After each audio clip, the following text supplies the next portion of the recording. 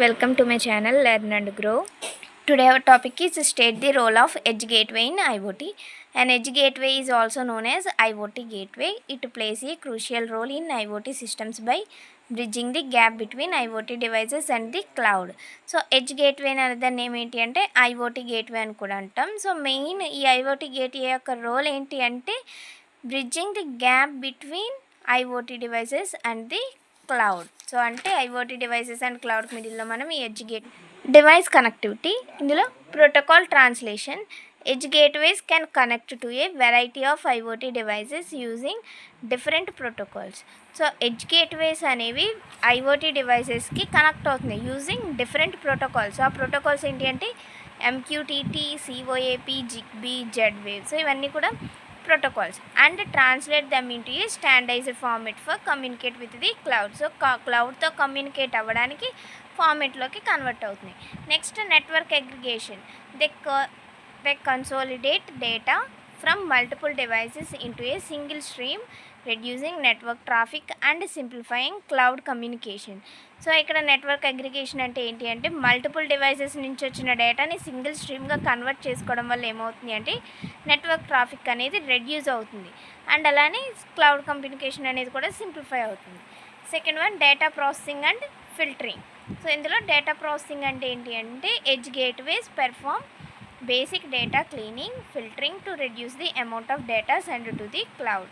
So ఈ edge gateways ఏవైతే ఉన్నాయో ఈ గేట్వేస్ అనేవి బేసిక్ డేటాని క్లీన్ చేయడానికి అలాగే ఫిల్టర్ చేయడానికి యూజ్ అవుతుంది. సో ఇలా క్లీనింగ్ అండ్ ఫిల్టర్ చేయడం వల్ల ఏమవుతుంది అంటే డేటా క్లౌడ్కి ఏదైతే డేటా సెండ్ చేస్తున్నామో ఆ డేటా అనేది సమ్ అమౌంట్ ఆఫ్ డేటా అనేది రెడ్యూస్ అవుతుంది.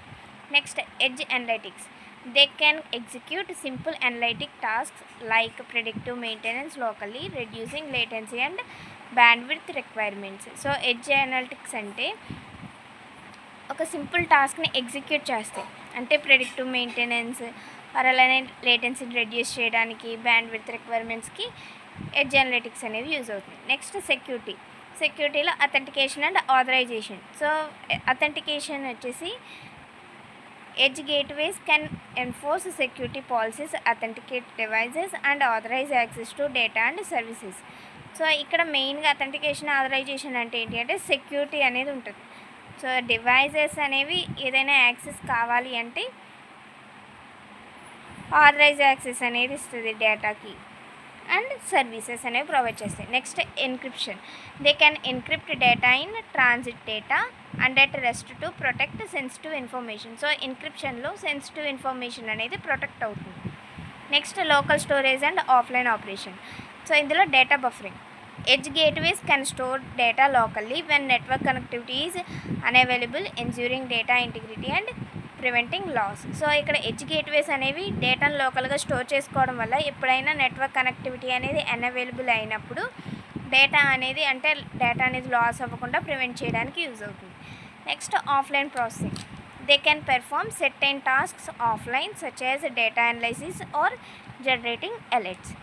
సో ఇందులో సమ్ టాస్క్స్ అనేవి ఆఫ్లైన్గా పెర్ఫామ్ అవుతున్నాయి. సో ఆ టాస్క్స్ ఏంటి అంటే అలర్ట్స్ని జనరేట్ చేయడం, డేటాని అనలైజ్ చేయడం. Next power management. So power మేనేజ్మెంట్లో పవర్ ఆప్టిమైజేషన్ అంటే edge gateways can optimise power consumption by managing devices sleep or Wake cycles and adjusting communication frequencies. So edge gateways అనేవి మేనేజ్ చేస్తాయి డివైజెస్ ఏవైతే ఉన్నాయో ఆ డివైజెస్ అనేవి స్లీప్లో ఉన్నాయా లేదంటే కమ్యూనికేషన్ ఫ్రీక్వెన్సీస్ని అడ్జస్ట్ చేస్తున్నాయని చెప్పి మేనేజ్ చేయడానికి ఈ పవర్ ఆప్టిమైజేషన్ అనేది యూజ్ అవుతుంది.